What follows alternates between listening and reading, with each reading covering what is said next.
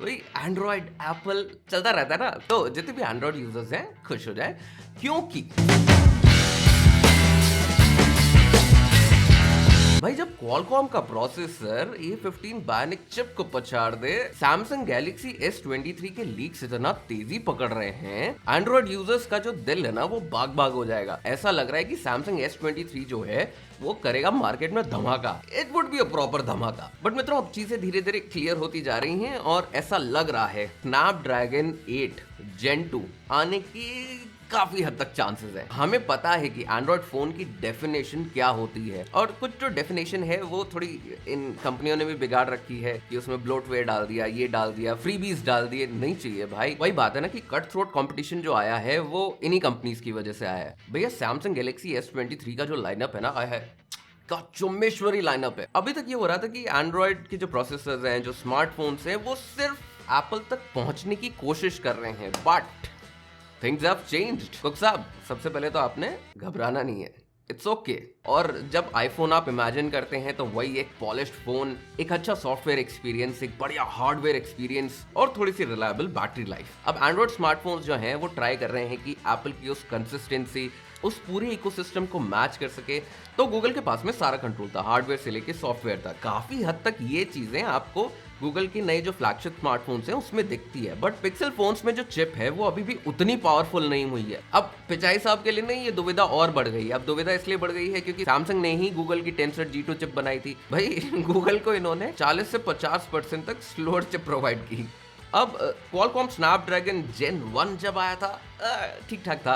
देवियों सज्जनों, चीजें बदल रही हैं, मेरा देश बदल रहा है। ऑन पेपर्स चीजें काफी प्रॉमिसिंग दिख रही हैं। सैमसंग गैलेक्सी S23 के जो पूरा लाइनअप है उसमें आपको स्नैपड्रैगन 8 Gen 2 चिप मिलेगा, एप्पल जैसे नहीं। जहां पे कुक साहब ने कहा जो फ्लैगशिप वाले हैं ना उनको बेस्ट चिप दे दो, A16 दे दो, कोई बात नहीं, इट्स ओके। और जो ठीक है कम पैसा दे रहे हैं उनको A15 दे दो। भाई ये क्या बात हुई? अब मे भी सैमसंग ने ये डिसीजन इसलिए बनाया है क्योंकि एक्सिनोस चिप के साथ में उनको काफी इश्यूज आ रहे थे। आपके खुश होने के लिए एक रीजन और भी है, क्योंकि Samsung Galaxy S23, S23 plus और S23 अल्ट्रा में स्नैपड्रैगन 8 Gen 2 के ओवरक्लॉक्ड वर्जन्स आपको देखने को मिलेंगे, which will make Samsung Galaxy S23 more powerful. With power comes responsibility, and I think Samsung is ready to take it. Snapdragon 8 Gen 2 को जब Exynos chip के साथ में सैमसंग गैलेक्सी S22 के साथ में जब इसको कंपेयर किया गया तो आपको परफॉर्मेंस में ड्रास्टिक चेंज दिखेगा। गीक बेंच के जो स्कोर्स आए हैं उस हिसाब से ऑब्वियसली आप लोगों ने सुन ही लिया होगा कि अप्रोक्सीमेटली 25%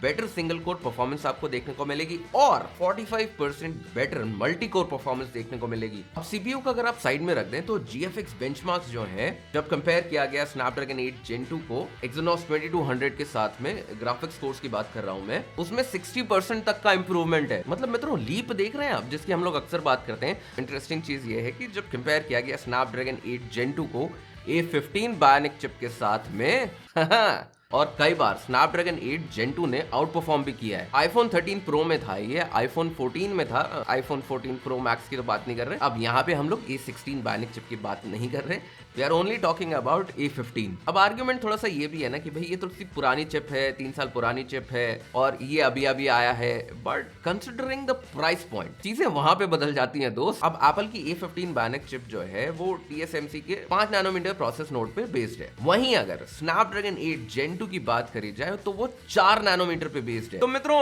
डिफरेंस तो है। अब आईफोन 15 का जो लाइनअप है उसकी ऑब्वियसली बात चल रही है कि उसमें 4 नैनोमीटर नोड पे आएंगे या 3 नैनोमीटर नोड पे आएंगे, उसके कंफर्म होने में थोड़ा सा टाइम है। अब चीजें बदल जाती हैं। अगर सैमसंग एक्सिनोस से नाता थोड़ा सा जल्दी तोड़ लेता, बट जैसे कहते हैं मेरे दोस्त, देर है दुरुस्त है, खाते पीते सुस्त है। परफॉर्मेंस आपको अच्छी देखने को मिलेगी सैमसंग स्मार्टफोन्स में। और कुक साहब का ये डिसीजन वनीला आईफोन 14 में ही 15 दे देंगे, जो फ्लैगशिप वाले हैं उसमें A16 बायोनिक चिप दे देंगे, सैमसंग मत करना भाई।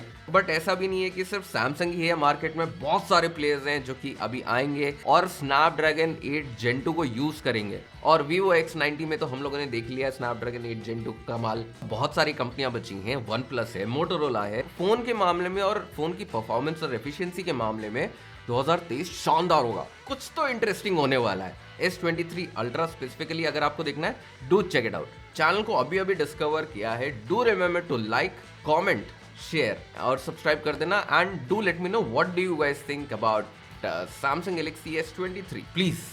And I'll meet you guys in the next one.